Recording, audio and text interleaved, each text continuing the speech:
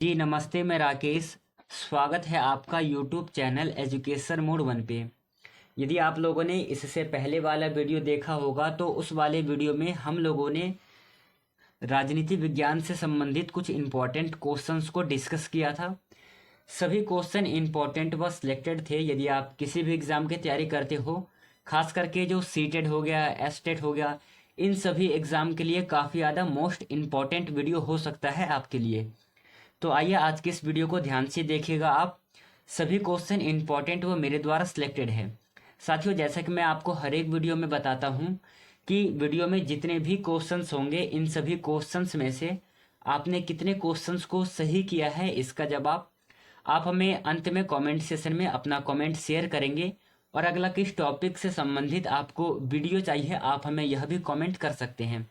तो चलिए वीडियो को शुरू करते हैं पहले नंबर क्वेश्चन से। ध्यान से देखिएगा आप वीडियो को। क्वेश्चन में है, भारतीय संविधान के किस अनुच्छेद में प्रेस की स्वतंत्रता दी गई है? ऑप्शन नंबर ए अनुच्छेद 14, ऑप्शन नंबर बी अनुच्छेद 25, ऑप्शन नंबर सी 21 ए और ऑप्शन नंबर डी अनुच्छेद 19 ए।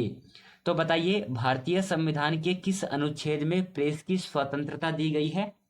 करेक्ट आंसर है आपका ऑप्शन नंबर डी, अनुच्छेद 19 आई में है। तो option number D correct answer है।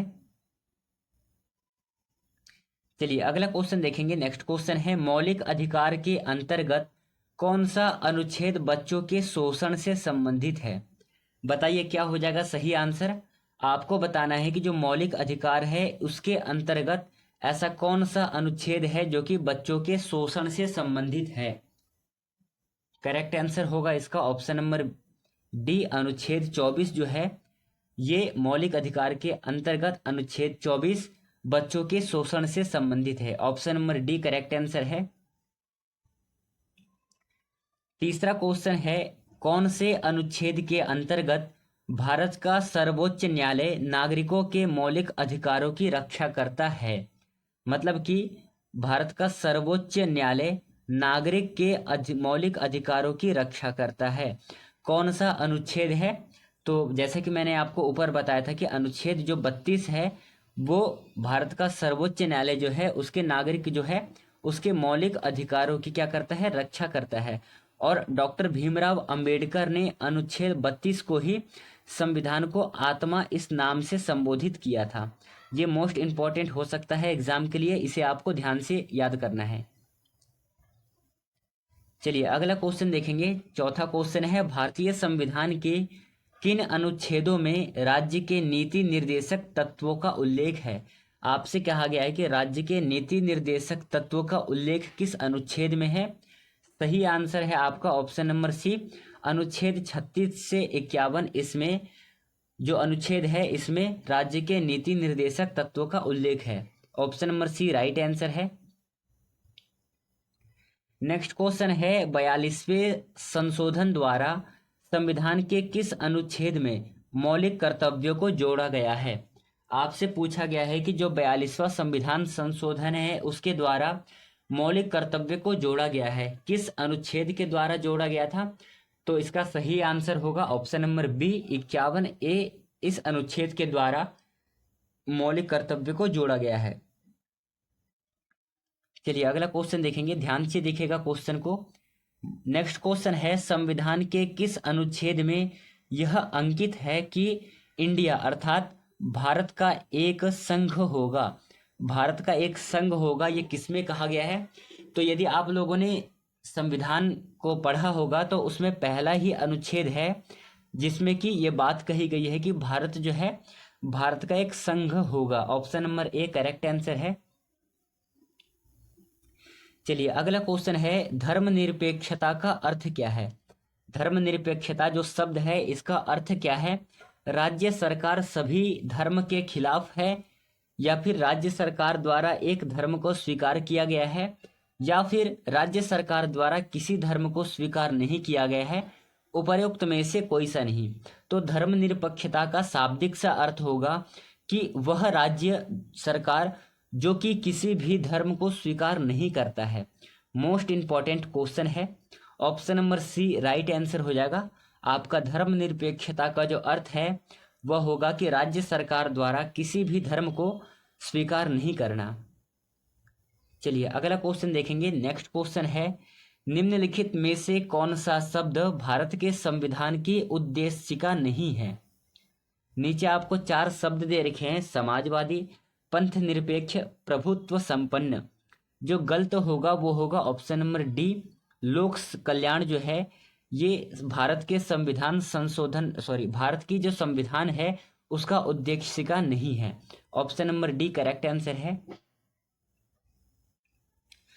अगला क्वेश्चन है, मूल भारतीय संविधान के अनुसार भारत एक डैश है।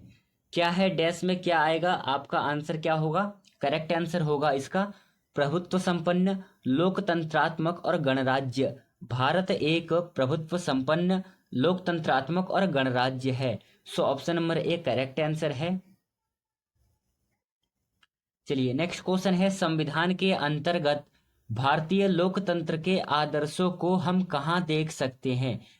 भाग 1 में, प्रस्तावना में, भाग 3 में और भाग 4 में। आपसे पूछा गया है कि संविधान के अंतर्गत भारतीय लोकतंत्र के आदर्शों को हम कहाँ पर देख सकते हैं? तो राइट आंसर होगा इसे हम प्रस्तावना में देख सकते हैं। ऑप्शन नंबर बी सही आंसर है। नेक्स्ट क्वेश्चन है, भारतीय संविधान ने किस प्रकार के लोकतंत्र को अपनाया है? भारतीय संविधान सभा ने किस प्रकार के लोकतंत्र को अपनाया है? सही आंसर होगा इसका ऑप्शन नंबर डी, लोकतांत्रिक गणतंत्र को अपनाया है। Option number D correct answer है। अगला क्वेश्चन देखेंगे, भारतीय संविधान किसके द्वारा स्वीकृत है? करेक्ट आंसर क्या हो जाएगा बताइए? भारतीय संविधान किसके द्वारा स्वीकृत है? क्या हो जाएगा इसका आंसर? आंसर है आपका भारत की जनता के द्वारा भारतीय संविधान जो है स्वीकृत है। Option number D right answer है। चलिए 13वां क्वेश्चन देखेंगे, भारतीय संविधान को संविधान सभा द्वारा अंगीकृत किया गया है। भारतीय संविधान को संविधान सभा के द्वारा अंगीकृत किया गया है। कब किया गया था? तो करेक्ट आंसर होगा इस वाले क्वेश्चन का आपका ऑप्शन नंबर ए। मैंने बताया था 26 नवंबर 1949 को संविधान सभा द्वारा भारतीय संविधान को अंगीकृत किया गया था। तो आपको ध्यान में रखना है ऑप्शन नंबर ए सही आंसर होगा 13वें नंबर क्वेश्चन का। चलिए अगला क्वेश्चन है, भारत का संविधान पूर्ण रूप से तैयार हुआ। भारत का संविधान पूर्ण रूप से कब तैयार हुआ था? तो इसका सही आंसर होगा 26 नवंबर 1949 को भारत का संविधान पूर्ण रूप से बनकर के तैयार हुआ था। Option number B correct answer है। चलिए नेक्स्ट क्वेश्चन देखेंगे हम। नेक्स्ट क्वेश्चन है, भारतीय संविधान कब अंगीकार किया गया था? भारतीय संविधान कब अंगीकार किया गया था?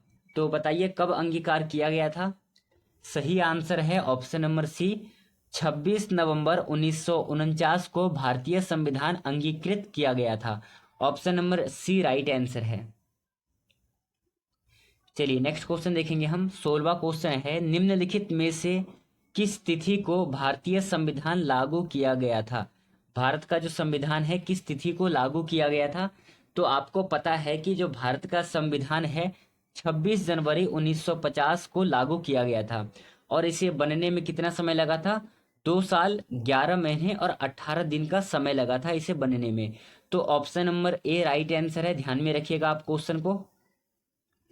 नेक्स्ट क्वेश्चन है, किस वर्ष भारत का प्रभुत्व संपन्न प्रजातांत्रिक गणराज्य बना था? तो राइट आंसर हो जाएगा इस क्वेश्चन का ऑप्शन नंबर डी 1950 में। चलिए अगला क्वेश्चन देखेंगे, ध्यान से देखिएगा क्वेश्चन को। संविधान के उद्देश्य क्या, मतलब कि प्रस्तावना का संशोधन कितनी बार किया गया है? मतलब कि संविधान में जो प्रस्तावना है उसका संशोधन कितनी बार किया गया है? करेक्ट आंसर है आपका ऑप्शन नंबर सी, अब तक कुल 1 बार किया गया है। मोस्ट इंपॉर्टेंट क्वेश्चन है, ध्यान में रखिएगा इस क्वेश्चन को, आप कभी भी एग्जाम में पूछा जा सकता है। चलिए अगला क्वेश्चन देखेंगे। नेक्स्ट क्वेश्चन है, भारत के संविधान की प्रस्तावना में प्रथम संशोधन कब किया गया है? जैसे कि आपने इससे पहले वाला क्वेश्चन पढ़ा 18वां क्वेश्चन कि संविधान की जो प्रस्तावना है उसको कितनी बार संशोधित किया गया था? तो एक बार संशोधित किया गया था उसे। और अब पूछ रहा है कि कब किया गया था संशोधन, तो करेक्ट आंसर है आपका ऑप्शन नंबर सी, 1976 ईस्वी में भारत के संविधान की प्रस्तावना में संशोधन किया गया था। Option number C right answer है। आज का अगला और अंतिम क्वेश्चन है, संविधान सभा को किसने मूर्त रूप में प्रदान किया। नीचे आपको 4 ऑप्शंस दे रखे हैं, बताइए क्या हो जाएगा सही आंसर। इससे पहले कि जैसे मैंने बताया था आपको वीडियो के प्रारंभ में कि जितने भी क्वेश्चंस सही होंगे आपके, उसका जवाब आप हमें कमेंट सेशन में देंगे। तो बताइए यहाँ तक जो 20 क्वेश्चंस तो है, यहाँ तक आपका कितना क्वेश्चन सही हुआ है, इसका जवाब आप हमें कमेंट सेशन में देंगे। और अगला किस टॉपिक से संबंधित आपको वीडियो चाहिए, आप हमें यह भी कमेंट सेशन में कमेंट कर सकते हैं। इसका सही आंसर जो होगा, संविधान सभा को किसने मूर्त रूप में प्रदान किया था, जवाहरलाल नेहरू, इसके सही आंसर हो जाएंगे option number D correct answer है। सो इस क्वेश्चन को, इस वीडियो को हम यहीं पर समाप्त करेंगे। मिलेंगे अगले वीडियो में, तब तक के लिए धन्यवाद। जय हिंद साथियों।